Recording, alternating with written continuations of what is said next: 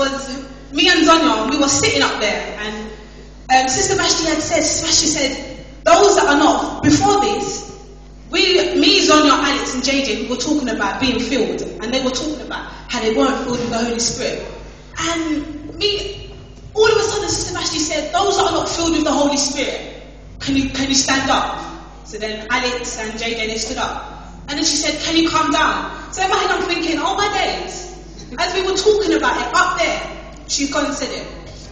So, fresh wind. So then, next thing you know, she's praying for them, she's praying, and everyone, I'm telling you, yesterday it was a young people's night. I'm telling you, it was young people, because the amount of young people were down here wanting the Holy Spirit. So they were down here, and then me and Zonia were up there, and all of a sudden, me and Zonia got into one piece of spirit up there. Mad. And as Brother Andrew said, up in the corner, he saw a fresh wind up in the corner. I was like, oh wow. So then as she started singing Let the Fire Fall Down on Me, I was just looking. I was finished crying, I was looking, and then two things dropped into my spirit. And two things I didn't even know that Brother Andrew had anything to do with it. He goes, and it was pride, and it was people they didn't want it. They didn't want the Spirit enough. So then I was saying to Zonia, I was matching Zonia. I was like, Zonia, it's here. They just have to grab it. They want it more. And Zonia was like, go and tell them then. And I was like, come with me. And then I was looking for Sister Beverly, and she was praying. So I said, you know what, let me wait until after service. So I've gone down after service, and I went and I said to Sister Vashti, and I've gone to Andrew, and I said to Andrew, you know what, a lot of young people that were standing here last night, they wanted it, but their pride stood in the way. And then I went to Andrew, and Andrew told me that was his message. I said, oh Lord.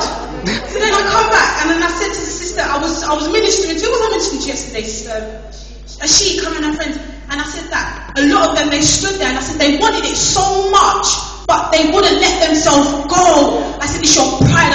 I said that even though, okay, there's your head, I'm not here to preach, sorry if I'm putting time, but there's something that you've got to let go. That's what I said to you last night. I said, there's something, in your mind you think all is well, but it's not. There's a little thing that's in you that you've got to let go. Yeah, you've got to let God take control. I said that faith isn't faith until it's the last thing you're holding on to.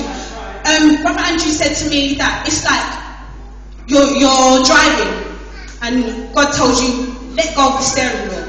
You have to have faith. I said the same way you was led to that baptism pool yesterday.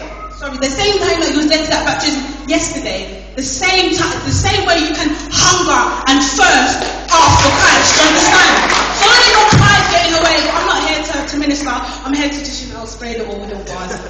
Okay. But it goes like this. When Jesus shows up, demons get blown up, the devil gets shown up. I'm not talking to the youth, but I'm talking to the grown up. I'm talking to the grown up. You could be in mess, your life's torn up, but never give up. Because when you think life's a showdown, Jesus will show up.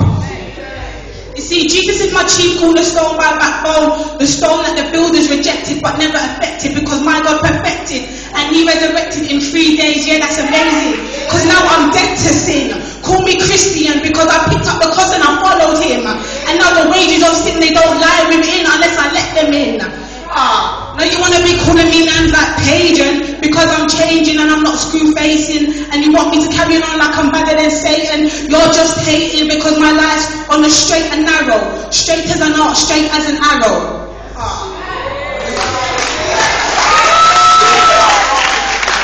Straight as an arrow.